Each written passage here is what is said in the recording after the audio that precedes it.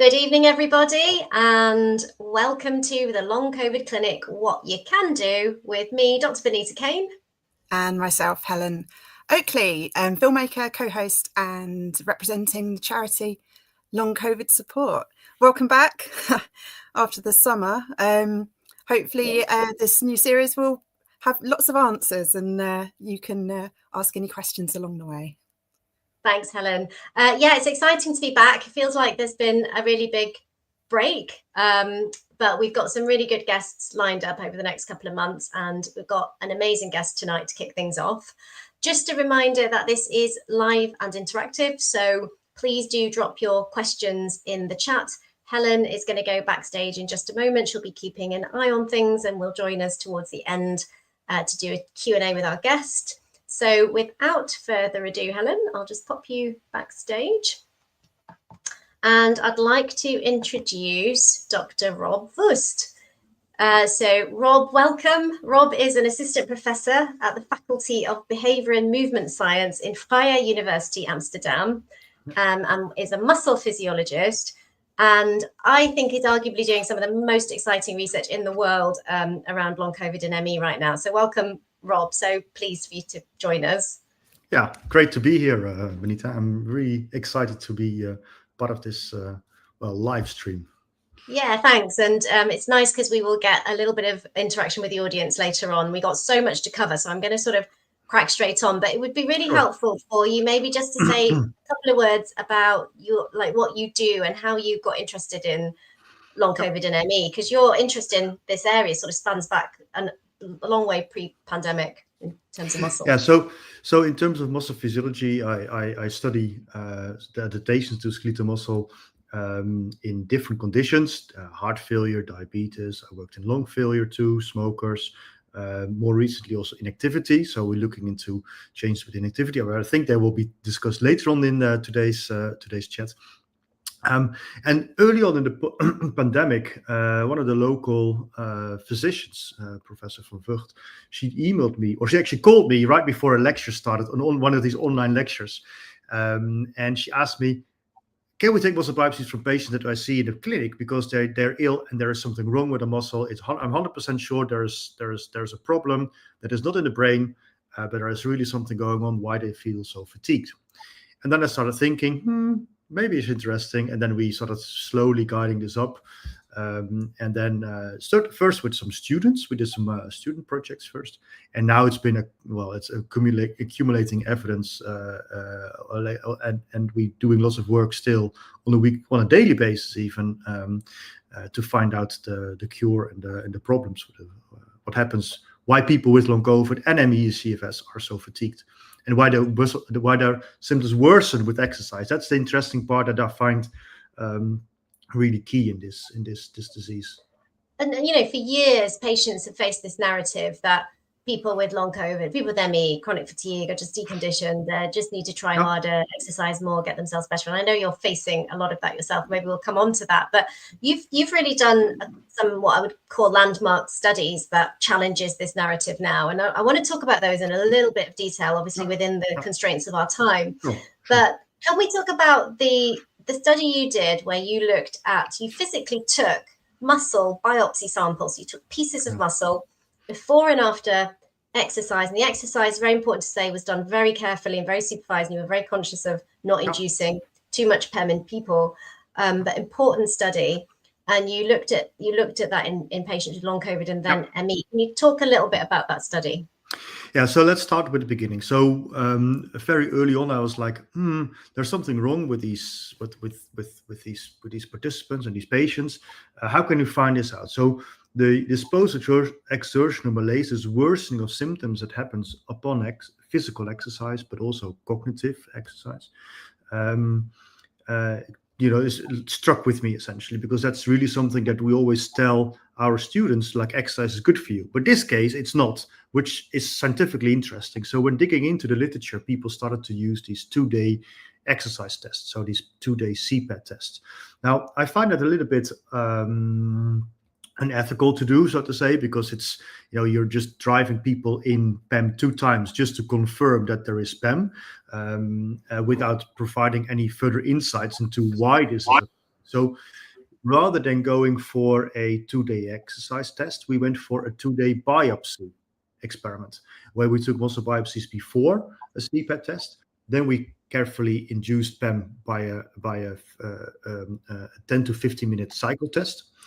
And then 1 day after, we asked the patients to come back to the hospital to give another muscle biopsy, the size of a grain of rice. So it's really small.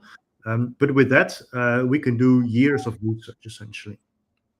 Yeah. And so what sort of changes, Rob, did you see then in these muscle biopsies? Because this is so fascinating. No one's done this before, have they? It's astonishing. No, exactly. In all the years of ME research. This is the first time anyone's ever done it. Yeah, this was we only realized after we did it that people find this interesting. So what we found is so the two comparisons that are important to make. So first of all, we had the long COVID comparisons with the controls before the CPAT started. So really a resting condition. Now there were some differences but they were not too obvious, so to say. There were some group differences essentially, but we were not that convinced that would explain all the things that we would see, because also we had, for instance, professional athletes in our group who have effectively a very high exercise capacity still. Their mitochondria worked well. Their muscles looked better, but still there were things happening with the exercise. So essentially what we did is we did a group comparison, but also a time comparison, saying, okay, what happens then after 1 day of this PEM induction, because the change that we see there, they can contribute to the PEM and understanding the PEM. And what we saw is that for instance, the mitochondrial function, so the energy producing organelles in skeletal muscle cells, or actually throughout the whole body, were differently affected in patients versus controls, but also upon the PEM induction. So patients actually, their function, the mitochondrial function, worsened, whereas in controls, we tended to see it actually increase in function, which is what you would expect if you would do a training intervention, like a normal training session. Stop you there just for a sec. So when you say controls, just for people listening, that's the people who are healthy, they don't have a diagnosis of long COVID. Exactly. And then you took a group of healthy people, then you took a bunch of people with long COVID of different severities, but obviously not very severe because they weren't well enough to do a bit of exercise. True. And then you took the biopsies, and before they exercised, there wasn't that much difference. But as soon as you then induced, they'd done the exercise, they'd induced a little bit of mild PEM. In the healthy people, their mitochondria got more efficient or a bit better, and in the people with long COVID, it got worse. And structurally, there were some other really important changes, weren't there, that you saw? Exactly. So one of the things that we spotted was that even before doing the exercise test, what we saw is that there were already signs of muscle damage occurring in the muscle from probably from previous PEM episodes.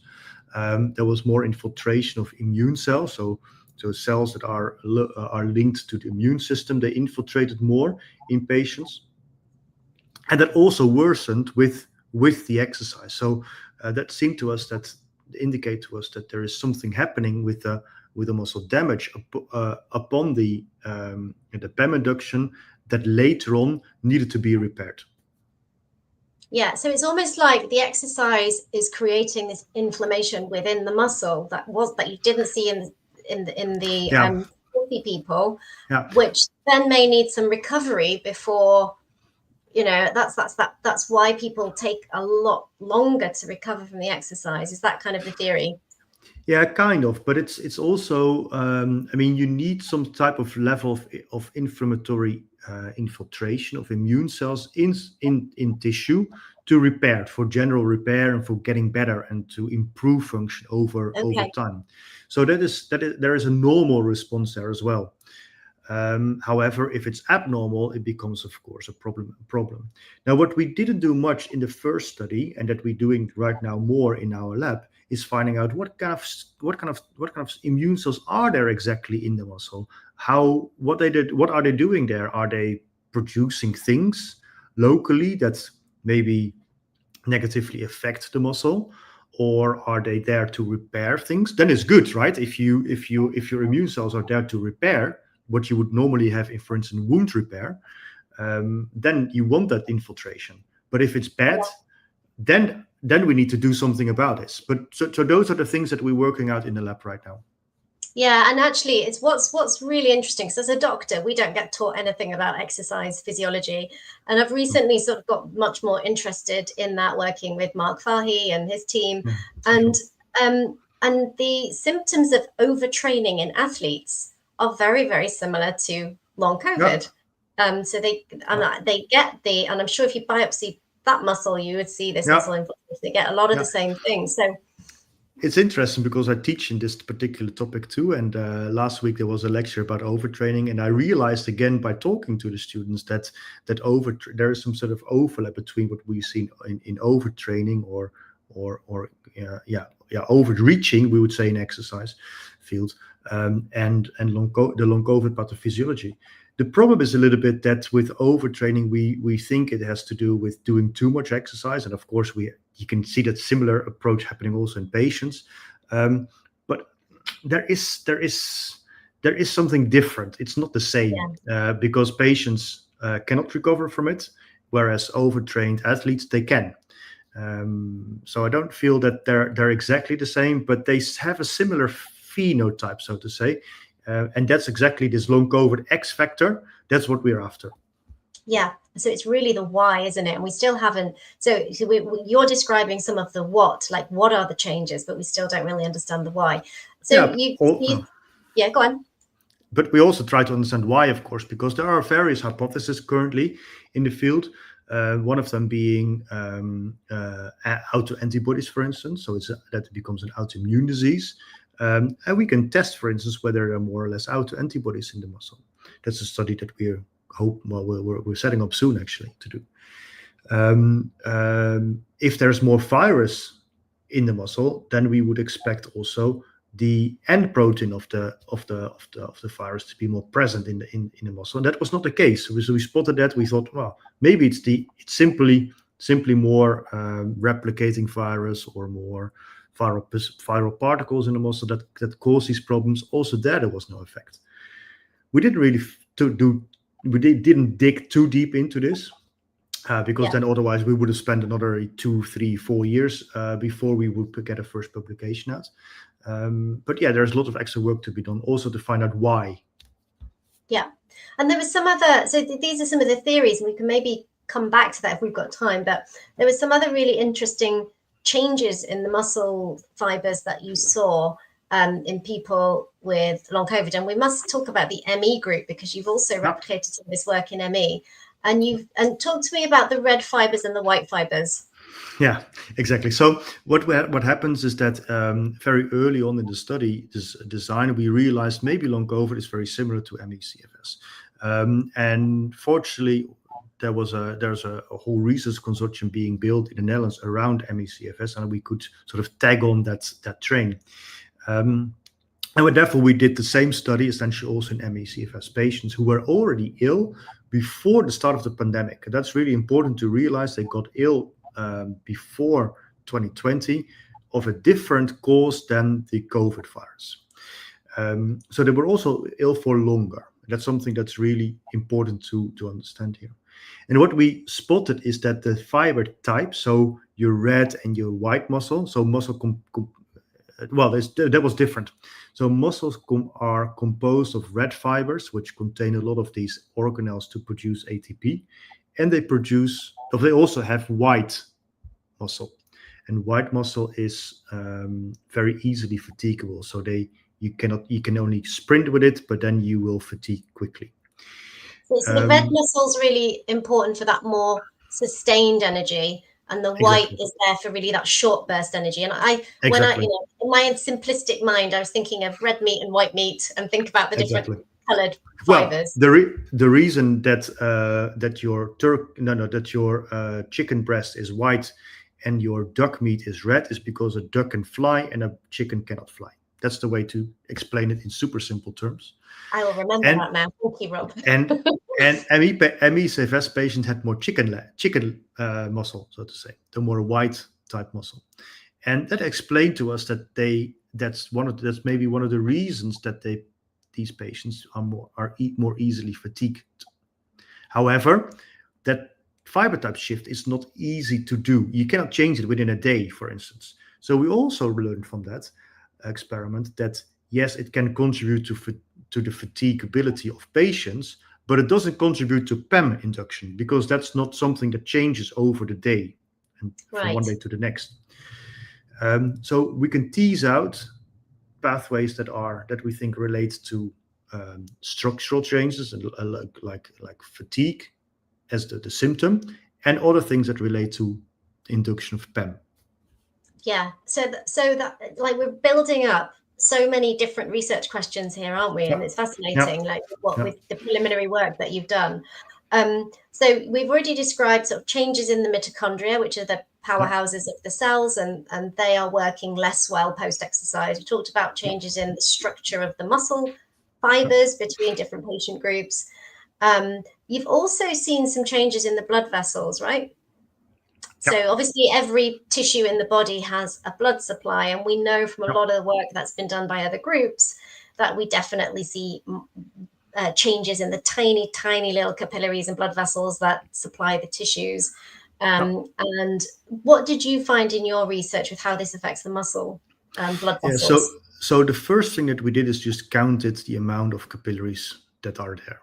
Now, that didn't seem to differ so much between patients and controls. And that's also not something that changes over the day or over the week.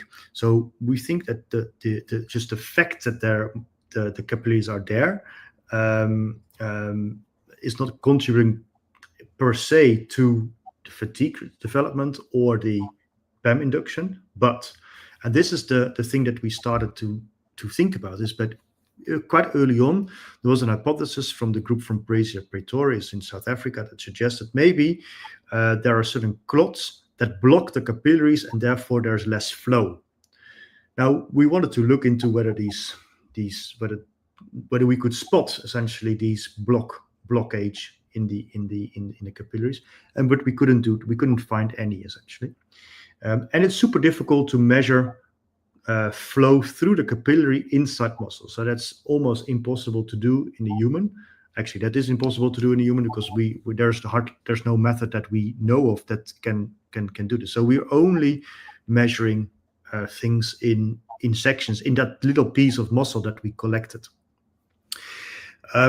So what we did is we took a tiniest piece of muscle and looked under a super detailed microscope, and that's the recent work that has been also going around the internet because we presented it in a conference early this year, and we see things happening in the capillaries that are not normal, and that there is something wrong with the perfusion in those muscles, in those capillaries. We don't know exactly the reason why it happens, what it exactly is, and if it occurs in everyone.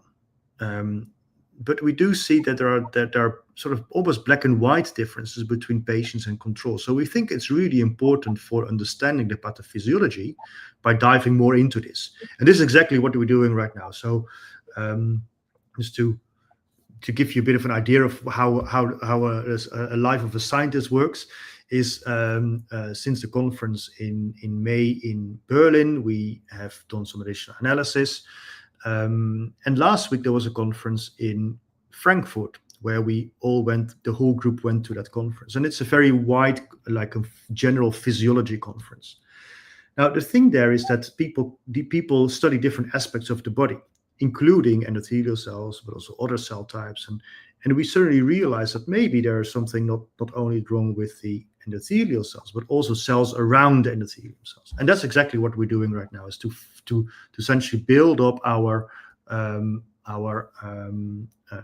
knowledge and experiments around that topic to see exactly what is going on, and if that makes us for instance, come up with diagnosis, for instance, that we can diagnose patients on a simple simple biopsy test, or maybe in collaboration with some questionnaires, some other more functional measurement. I don't know. Okay. But yeah, there's a lot of work to be done.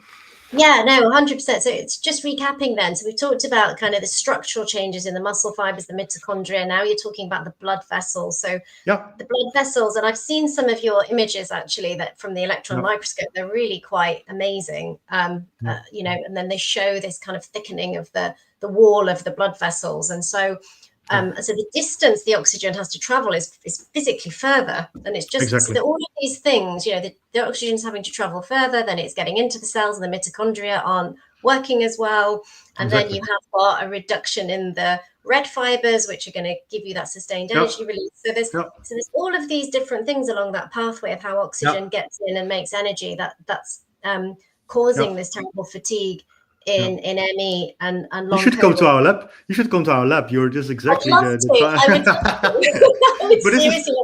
but this is also how enthusiastic I get, and also how enthusiastic our students get about this work, because we try to make an hypothesis in our head of how things happen and what then causes the fatigue. The PEM is a different issue, because what you're just telling me now is exactly the pathway that you would explain the fatigue, but not so much the PEM, and that's something that we're also after, essentially. So that's a more difficult aspect. Yeah, and probably multifactorial as well. And then we've talked a little bit about some of the mechanisms. It could be the autoantibodies, it could be some viral persistence. You've touched on that, but you know, there's a lot more work to be done there. And so, you know, there's a lot of mechanistic work. And then just at the end there, you're talking about how some of this stuff might be put together to help with actually diagnosing people properly. Because one of the issues I have with the term ME/CFS is CFS can be caused by a million things, like chronic fatigue. You could just be burnt out from work. You can have chronic diabetes or sleep apnea, and there's all these things called chronic fatigue, but only a certain subset will have ME. And then there'll be certain people with CFS who do get better with exercise and a bit of CBT and you know, with just sorting out their work-life balance. But it all gets lumped together, and then the people with ME you know, get misdiagnosed and gaslighted, and we really have to do this work is going to help us sort that out. Now, I'm really conscious of time, and I do want to get onto the deconditioning study. So this is really, really fascinating. So you've been working with NASA and the European Space Agency, who are very, very interested in what happens to muscle when it deconditions. So deconditioning is just basically muscle wasting away because you're not using it. And that's exactly what happens to astronauts in space, because without gravity, without gravity, muscles waste really quickly. If you paralyze someone and put them on a ventilator for a week and they are completely paralyzed, they will decondition very quickly. And so, you know, a lot of deconditioning work in my NHS life would have been around seeing people post-intensive care, for example. So you've studied this. You studied people who've had strict bed rest for 60 days and looked at what happens to the muscle. And tell us the difference. What's the difference between deconditioned muscle and the muscle you're seeing in long COVID and ME? Yeah, that's a very good point, Binita. So we still are and still interested in what happens with deconditioning, particularly from the hospitalization perspective, because I mean, as exactly what you mentioned, if people are in hospital for a week, their muscles essentially disappear, and that has a problem with recovery. So that's the starting point of that sort of this whole project. So we got into this ESA and NASA funded project where healthy people were asked to lay in bed for 60 days. And what we saw is that like in the first 6 days of the bed rest, a lot of things change. So if you are laying in bed for 6 days straight and you don't move around, essentially, what happens is that your muscles become thinner immediately. The mitochondria don't seem to change that much yet. So we didn't think there were so many problems there yet. But what we also spotted, it was the first signs of diabetes are starting to occur very, very early on. So there is a certain blood test you can do, so you can measure the glucose and the insulin levels when you just woken up, and that tells you something about how insensitive your body is to glucose and how much your insulin has to work. That already rose within 6 days upon bed rest. Not to the clinical level of type 2 diabetes, but it was getting there. And towards the end of the study, we saw lots of similar changes essentially happening. So what we think is happening is that in the skeletal muscle, there's essentially a buildup of glucose, a buildup of fat that cannot be burned down, and that causes this changes towards type 2 diabetes. Now, we don't see any muscle breakdown in patients with long COVID or ME/CFS. We don't really understand why that is. We currently have some new hypotheses that we're trying to find out. Maybe there's something happening along certain ways, but that's something that's quite interesting to see. That patients that tend to be more physically inactive do not lose muscle mass so much. Yeah, also, and that's my experience of clinically as well, that the patients who start to recover from ME, it feels like once that underlying issue, whatever it is, as the body's had a chance to recover, they can get that muscle function back, and it's different to the post-intensive care patients who had to rebuild their muscle very, very, very, very, very slowly. And it's just, I can't, there's no scientific basis to what I've just said other than clinical observation. And that's obviously something that needs studying, but it inherently looks and feels different to me. And bearing in mind, I had a child who had quite severe long COVID and was in a wheelchair at one stage, and watching her recovery, like, it was completely different to deconditioning, I would say.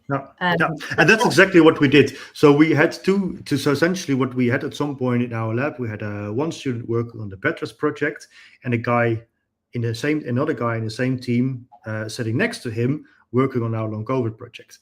And then we published a story in Nature Communications last year, and not the whole world went over it, but the main criticism that we got from the study was, it's just deconditioning. We get all these things that you see with deconditioning as well, so it's super simple, right? And then we thought, wait a second, if we put the two screens next to each other, the two different projects, we can really see something else occurring. It's not the same. And that's essentially what we started doing, is to compare the two study populations. So on one hand, we had the patients and the healthy controls. And on the other hand, we had the healthy people undergoing bed rest. So we have a longitudinal study and a cross-sectional comparison, thinking if you would see the same changes in both sides, they can potentially be explained by the same mechanism. If they are different, then you know that the change that we see in the patients is not due to deconditioning only. That's important. And that's exactly what we did more recently. And the results are actually quite obvious, to be honest, because the studies have been published separately, and there have been a lot of studies being published on bed rest. But putting the two together, using the same methods and the same statistics, really comparing the two, really made us conclude that the change that we see in the excess capacity, in the reduction excess capacity in the patients on COVID and ME/CFS is not due to the change that we see with deconditioning. Yeah. And I guess there's probably other questions to ask around how the deconditioned muscle responds to exercise. And I know we briefly chatted about that beforehand. You've not been able to do that study yet. No, that's an interesting thing, actually, because if you think about the perspective of ASA and NASA when they are doing a study and funding a study like this, to bear in mind every participant costed $1 million to run the study, which is 24 patients that we included. That's a lot. 24 million. That's a lot of money. So they want to know what happens in space. When they are away from the Earth, when there's no supervision, we cannot give them additional medications or see a doctor, because they have to solve it themselves.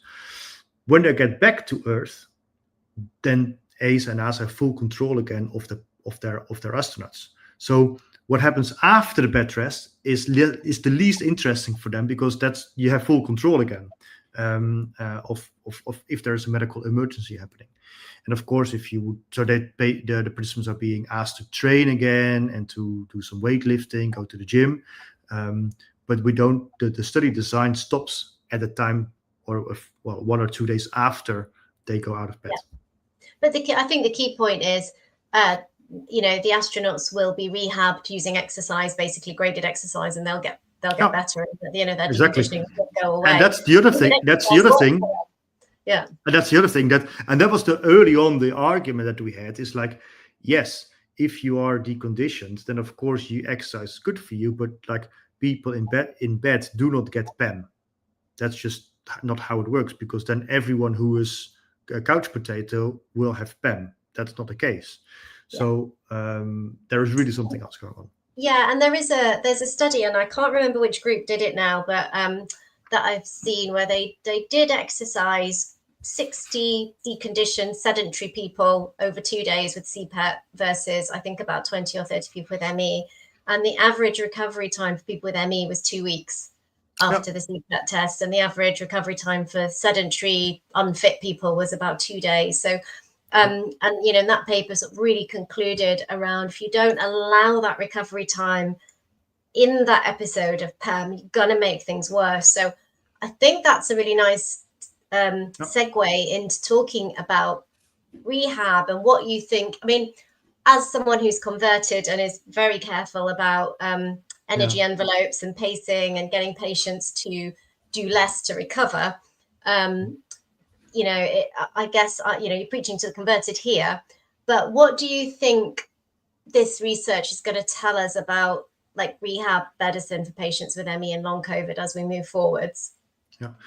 Well, I think what happens in the first instance is that it provided a bit of recognition for patients that, yes, there's something happening inside the muscle, inside the body. It's not just in my brain that I'm feeling fatigued and I just have to push through, because that's something that people learned and heard about a lot when very early in the pandemic, and still maybe now.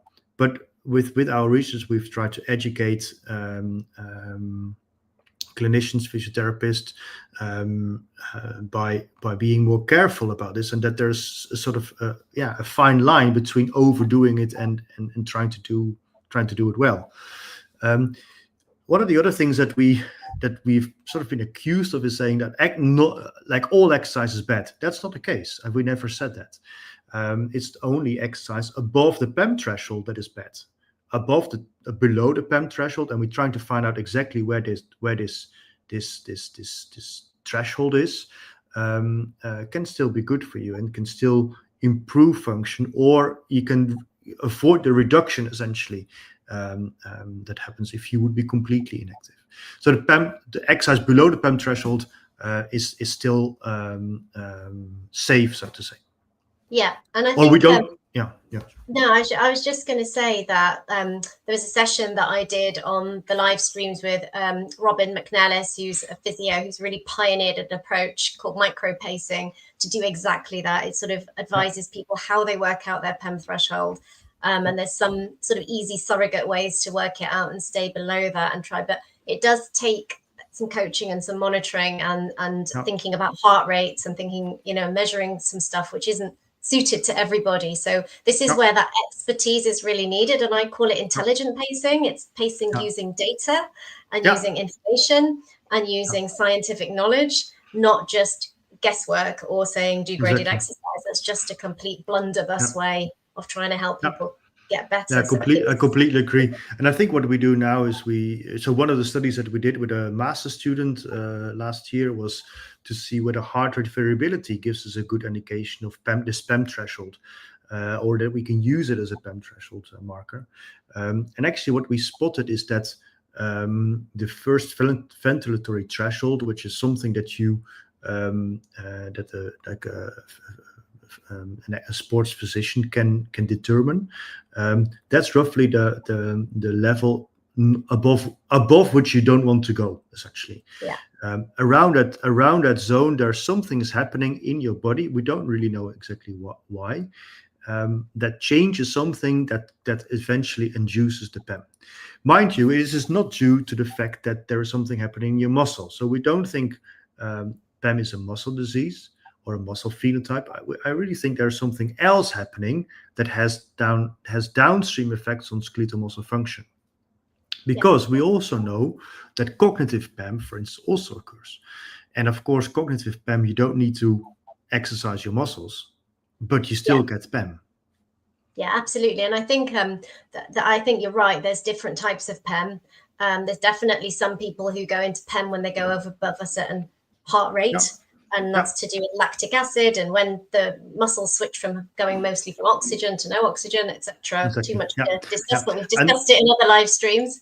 And I see a comment in the chat actually in the corner of my eyes is that the Visible app could be an interesting thing to use for this. So that's one way to we've spoken to the founders of to Visible to see whether we can collaborate more intensely. But also Garmin watches, they are typically good for tracking essentially someone's own heart rate and heart rate variability, and see how, for instance, your sleep is after a day where you've paced a little bit too much, because we think that that's the moment when the heart rate variability stays really low and doesn't recover, and that's one of the reasons why you cannot, for instance, do not sleep very well. Yeah, and other devices are available, but I'm also I'm also a very big fan of Visible and Garmin. Those are the two I tend to recommend, because I just think they give you the best sort of data, but there are no sponsorship links, just to be aware. Exactly. Just conscious we'll be bringing Helen back on in a few minutes. So just for the last few minutes, Rob, should people feel hopeful about therapies and treatments based on what you're finding out? Like, can we target the mitochondria? Like, what's your thoughts on where this is heading in terms of therapeutics? Yeah, I think there's definitely some light at the horizon or in the tunnel. I mean, I didn't start looking into ME/CFS before COVID started. I had no clue about the disease essentially, and with me, a lot of other people have started looking into long COVID and ME/CFS more carefully over the last years, because we know there is something strange happening that deserves to be studied in more detail. Of course, I'm a muscle physiologist. I'm not a clinician. And my job is essentially to find out possible treatment options that clinicians can then use into either clinical practice or clinical trials, or find a new medication. Now we've teamed up with a local company, a pharmaceutical company, and that targets mitochondria for a disease that is a genetic mitochondrial disease. And they realized that the symptoms of their specific disease, that is very rare, overlaps a lot with patients with long COVID. So they thought, why not collaborate and team up? And that's exactly what we're setting up right now. So we're doing a intervention study or clinical trial study, essentially, where we test certain medications improving mitochondrial function, or and I think there are lots of options essentially in the field. So some people have gone down the route of working on the autoantibodies. Some people have used hyperbaric oxygen therapies with mixed results, and some people respond to one or the other. And the problem that we have right now is we don't know who responds to what treatment, and can we find the right treatment for the right participant, for the right patients. And that's, I think, the key aspect that we are still missing essentially. It's a lot of guesswork at the moment, because there's all these potential treatments, but as you say, it's complete trial and error, because we don't have the diagnostic tests, the blood tests, the biomarkers, the things we can measure to say who needs what. And that's personalized sort of approach to treatment is where we want to go in the future. And I think your research is definitely contributing to that. I do just want to say, before Helen comes on, there was just a comment about what is PEM and PEM threshold. And Vivian, I'm so sorry, we haven't had a chance to really explain that. But if you go back and watch session, Todd Davenport and Robin McNellis, that's on the live stream, we go into it in loads of detail. But Rob might have a 1 minute on it. Yes, I can have 1 minute. So post-exertional malaise is the worsening of symptoms upon exercise, physical exercise, cognitive exercise, or even mental exercise above a certain threshold. And that threshold, that PEM threshold, is, we think, patient specific. So not every patient has the same threshold, but also can be time dependent. So over the days or over we think the monthly period of a woman, this PEM threshold can change. And that's exactly what we want to determine, because if you go above that, things happen in the body that make the disease worsen essentially, and you do not recover. Thank you, Rob. That's a really complex thing to explain. So thanks for doing it so eloquently in short space of time. Right. So welcome back to Helen, who has been diligently keeping an eye on the chat. My goodness, it's been busy and there's lots of questions coming in. So Helen, over to you. Yeah, thank you so much, everyone. Great questions. I thought it would be actually really useful just to clarify before we go into the questions. By bed rest, obviously within the world of ME/CFS, there's a huge spectrum of what bed rest is to different people. For some people, it's needing help with washing, and it's needing a commode, and it's all of that. Whereas other people, they're able to go to the bathroom and have a wash, but then they go back to laying down, maybe on the sofa, maybe watching telly. And other people can go months without watching any screens at all. So I just wondered, what was your, I've forgotten the word, brain fog. Is it staple? That's not the word. You know, control. Control. That's the one. Yeah, sorry. Okay. So what was? So let's explain this in more detail. So what we had is we had 24 participants that all underwent the bed rest study. So what we did is we took muscle biopsies before they started laying in bed, so that they were just active, they're walking around, they do their daily life essentially. And then at day 0, they were just asked to lay in bed. And what happens then is that they are laying in bed, actually not completely horizontal, but a little bit with their head tilted down. And that's something that we know resembles much better the change that happen in space with more blood going to your brain, for instance, or your head, for instance.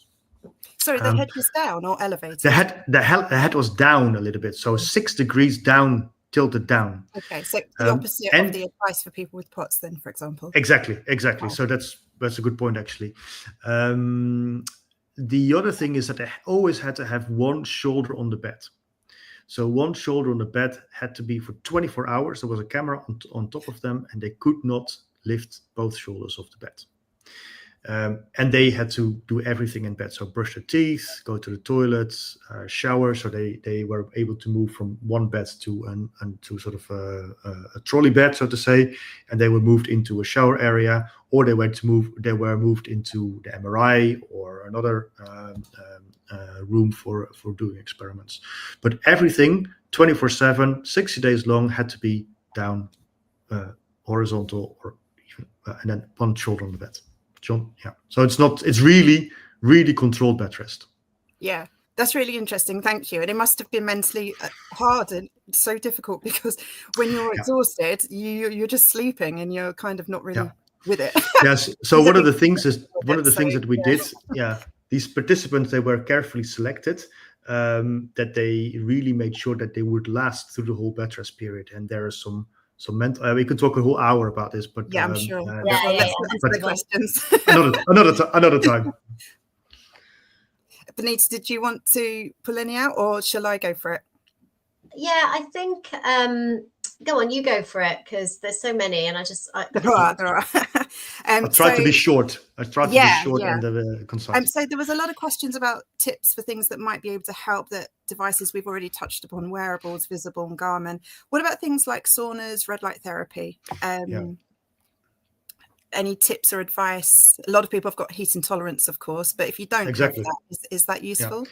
Yeah, so I think the first thing that comes to mind with saunas is that yes, it opens your blood vessels, and it makes sure that you get vasodilation, which is good for blood flow in general.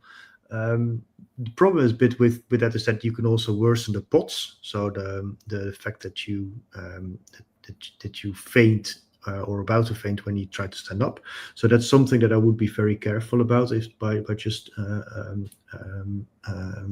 advising it. And if I'm thinking scientific, so I don't think of any scientific work that has been done on this, but if I have to think in a physiological way, one of the things that happens with sauna is that you get a compound called nitric oxide to be released. So that makes your blood vessels wider. The same thing happens with beetroot juice. So I would rather suggest to drink beetroot juice than to go to the sauna, if I have to go down this route, essentially. Yeah, I second that. The question here from Nick: do you think the longer term muscle damage caused by overexertion is permanent or would recover over time? I think that's a great question. Yeah, that's a very good question, Nick. So short answer is we don't really know, but I have an educated guess, and that's that it would recover, because we know that skeletal muscle is able to recover upon damages, and that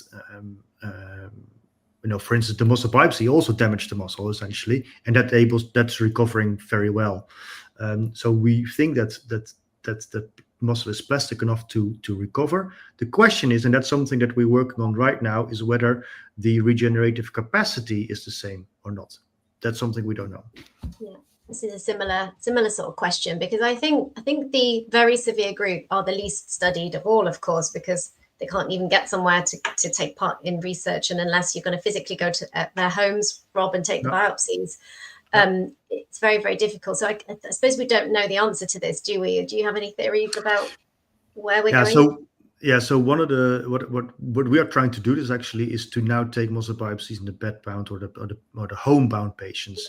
Okay, but we have to be super careful with this, because we think that the PEM threshold is so low that maybe even just us coming in and preparing all the experiments can already cause PEM and worsen symptoms. So we have to be really careful with going down this route, essentially. But it does provide us an additional answer: is what happens in these extra severe patients? Do the muscles look maybe completely different, and is there something really intrinsically more wrong with the bed-bound patients compared to the mild patients, so to say, that participated in our study? So I would say as well, Rob, that there is a protective effect of any sort of, if anyone who's upright and is working against gravity, there's a protective effect against deconditioning. So, to decondition quickly, you really do have to be quite strictly bed rested, don't you? But so of course, I think in the bed-bound patients, we do expect that deconditioning on the bed rest has contributed to some of the diseases. The question is, does it answer it? I don't think it answers everything, because there's additional things happening as well. Because otherwise they would have gone out of bed and would just not continue with their life, but they would come back to their life before they were bedbound. So it's not that they are bedbound out of their own interest, so to say. It's really because something else happens that makes them bedbound. Yeah, and one of my patients, who I know won't mind me talking about them anonymously, was completely bedbound for 8 months, and has just very slowly over 2 years got better. It's one of the best sort of recovery stories I have in the patient cohort, and he's now able to run 5K. Wow. 2 years later, and that I'm astonished at that, because I didn't think that degree of recovery genuinely, if someone who'd been bedbound for that long, was going to be possible. But I suppose it shows that these changes are reversible to a degree. Yeah, exactly. But the question is, what is causing what was causing that initial problem that now was taken away? Exactly. And that's the question, essentially, and that's something that we cannot answer without studying them. But it's difficult to reach them without doing too much harm. Yeah, I think there's a lot of questions as well about specifics. How much of this medication, how much of that, blah blah blah. I think what are your thoughts on, at the end of the day, it's going to take years for there to be enough studies for it to be relevant to yourself, for across the board, and you have to kind of be sensible and trial and error what you can within safe realms. Is there anything you would like to add to that kind of general advice to those type of questions? Yeah, so one of the things, of course, is that yes, there are multiple layers of complexity in the disease, and of course, but there's always how do I say this in easy ways? I mean, turning button slightly, a bit of this drug, a bit of that drug, maybe a supplement here, a supplement there. If you turn the buttons slightly, maybe you find that button that really triggers your main symptoms, essentially. And that's something that requires time and also confidence from a local physician, a GP, to try out things, maybe in in low doses or changing doses, etc. So that's something that I cannot advise on. But people, unfortunately, you cannot wait. You cannot hold your life essentially for, say, 5 years and then wait till the research has been done. Life also goes on. And I mean, I think, Rob, just from my clinical experience, it's a complete jigsaw puzzle, and it's not one thing that leads to recovery. I think it's that holistic looking at diet and nutrition, looking at what's going on pacing wise, trying different medications to target underlying pathology, looking at autonomic nervous system work, and there's so much to it, so complex, and this is why it's such a hard area to research and to publish in. Because publishing not because I think it's something that the focus of us is really on skeletal muscle. But yes, you're right. If the problem is in the autonomic nervous system, I've missed the boat. So that's because I don't study that. We studied a little bit, but we can't take muscle biopsies from that. Yeah, exactly. Just pop this question up because I thought this was quite a good question from Reese. So in your opinion, is there a potential link between the tissue perfusion issues you were describing earlier and cognitive PEM? I know that's a hard question. Do you have any thoughts on it? Yeah, I have. Actually, it's not so difficult because the idea that we would have, if tissue perfusion is problematic, then what happens is that your tissue doesn't get so much oxygen and also nutrients. And that, of course, also can happen in your brain. So your brain also requires nutrients and oxygen on a daily basis, or actually on a second basis. Maybe that causes also problems with the function of your neurons and all the other cells in your brain. So cognitive PEM, I think, is a very broad term, so to say. You would want to narrow it down to: is it cognition, or is it emotion, or is it something else? And that's something that I'm not an expert in. But yes, there is definitely a link between tissue perfusion and downstream tissue function, and that's something that can link then with either physical PEM or cognitive PEM.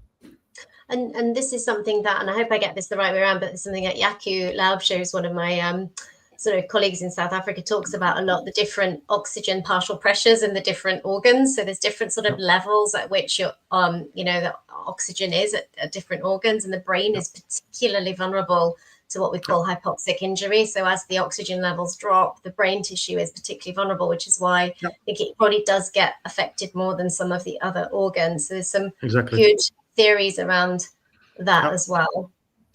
Sure. That would lead into the next question, actually. I was going to ask about the pituitary gland and what have you. Someone said, asked your thoughts about low cortisol and the connection between the mitochondria there. Yeah. So cortisol concentrations have been identified as a key aspect in some of the diseases. There was a study in the States that suggested that patients with ME and long COVID have low cortisol levels. Now, there is a link between cortisol and for instance, mitochondrial energy utilization, because cortisol increases when you're stressed, and that increases your blood glucose concentration. So it really makes your muscles and your body prepare essentially for fighting that bear or running away from that lion. We don't really know whether that's cause and effect, and whether there may be anti-antibodies against the cortisol that contribute to the disease. Some people have suggested that there are antibodies against the cortisol pathway somewhere along the line. We don't know. But cortisol is an interesting target because that increases dramatically when you increase above a certain threshold. So that's one of the things that maybe could be a trigger for PEM, because that exactly happens in the stressful condition, so to say. So that has our attention. Yeah. And definitely there's a blunting of the cortisol. So we think about cortisol over 24 hours and that sort of circadian rhythm. Everything in the body has this kind of day and night rhythm. What we see in cortisol is it should go up very sharply in the morning as you wake up, and it's kind of the energy hormone. But what we often see in long COVID, if you measure it over 24 hours, is this kind of blunting of the response. So a lot of my patients will say, I just can't get going until midday. You know, I'm really sluggish in the morning. And that can also be this. There's so much we don't understand about that whole axis and how it's controlled by the brain and the pituitary gland. And it's definitely dysfunctional in a lot of patients. Off the back of that, because obviously, well, not obviously, some people might be aware that when it's tested, it is tested in the morning. But I'm curious, because a lot of people have got sleep dysfunction. And so how accurate is that going to be? Obviously, Binita, you said about it levels out, which absolutely makes sense if your sleep's disrupted. Is that being taken into account? And is there a way a patient can flag that when the results are being read so that it is taken into account? Is it relevant or is it not relevant? Yeah, so this is why I put muscle physiologist, because I don't know so much about cortisol levels. I can answer that, Helen. It's like I think taking anything as a single point in time, it only gives you limited information. So at a single point in time, it might actually fall within the normal range. But if you look at it over multiple time points and what's happening over 24 hours, it could be really quite abnormal. And that nuance you will not get in an NHS test, unfortunately. And no one in the NHS is really going to do that 24-hour sort of testing. So it's really challenging to get that sorted out. The other thing I want to say here is that also the ranges before it becomes abnormal they're pretty wide. So it needs to be very well off, essentially, before it's flagged as being really off. Yeah. Can we ask about the rolling PEM as well, because that's come up a few times now. I see you're already on it. You know what we mean by this term? No, I have no clue. Explain, Helen. Oh, I thought you were joking. Okay. So basically, when you don't come out of PEM, and I mean, I've been with long COVID now since the very, very beginning, you know, so I very much am accustomed to this, but it's when you just can't come out of it at all. And it is just, no matter, you know, you're in bed, you're doing everything you physically can, but it's just not working. Yeah. So I would kind of define it in my scientific terms as a very long-term PEM that maybe becomes the new baseline or the new standard, so to say. And that's something that we don't study, because we only looked at, of course, this short amount of PEM induction. I'm just thinking now how I think you can suffer from it, because if you have done a bad crash, essentially, it can take weeks or months to recover from that, and it may well be that the baseline suddenly drops and there's no recovery possible at all. So that's something that we are, of course, aware of, that can happen, and that's why we are super afraid of doing a lot of PEM studies. We don't want to induce PEM essentially in everyone just for a student project, because that's just completely unethical. But I would define this rolling PEM as maybe a visual circle, essentially, of PEM induction, that maybe where the threshold drops with subsequent PEM episodes, and then you get into the superficial downstream circle where it's very difficult to get out of. And I wish I could tell how to get out of that. Yeah, I think Rob, from my clinical experience, that we know that PEM induces inflammation in the muscles, whether that's good inflammation or bad inflammation, and we know that there is an inflammatory response, and that probably takes some time to get over. And then if there's another inflammatory hit before you've recovered from the previous inflammatory hit, because you've got up and gone to the bathroom, then you can end up having this. So, you know, we recommend, like, absolutely, you know, radical rest to get out of PEM. And the people are sometimes nervous about radical rest because they're worried about deconditioning. So it's really hard. And then it's looking at things like, does a shower just put your heart rate over the if you're able to bathe or you're getting up and going to the bathroom, is that just putting you over your PEM threshold and then creating more PEM, and then it becomes this kind of rolling thing. So it's almost like having the confidence to just completely radically rest. But then I think there's a lot of fear around that, because people are like, oh my God, is this my new baseline? I've been like this for 2 months and I need to get up. I'm going to decondition. So this is why we desperately need these studies to tell us, like, what is the best approach to recovery when you're in that situation? Because people are genuinely just guessing.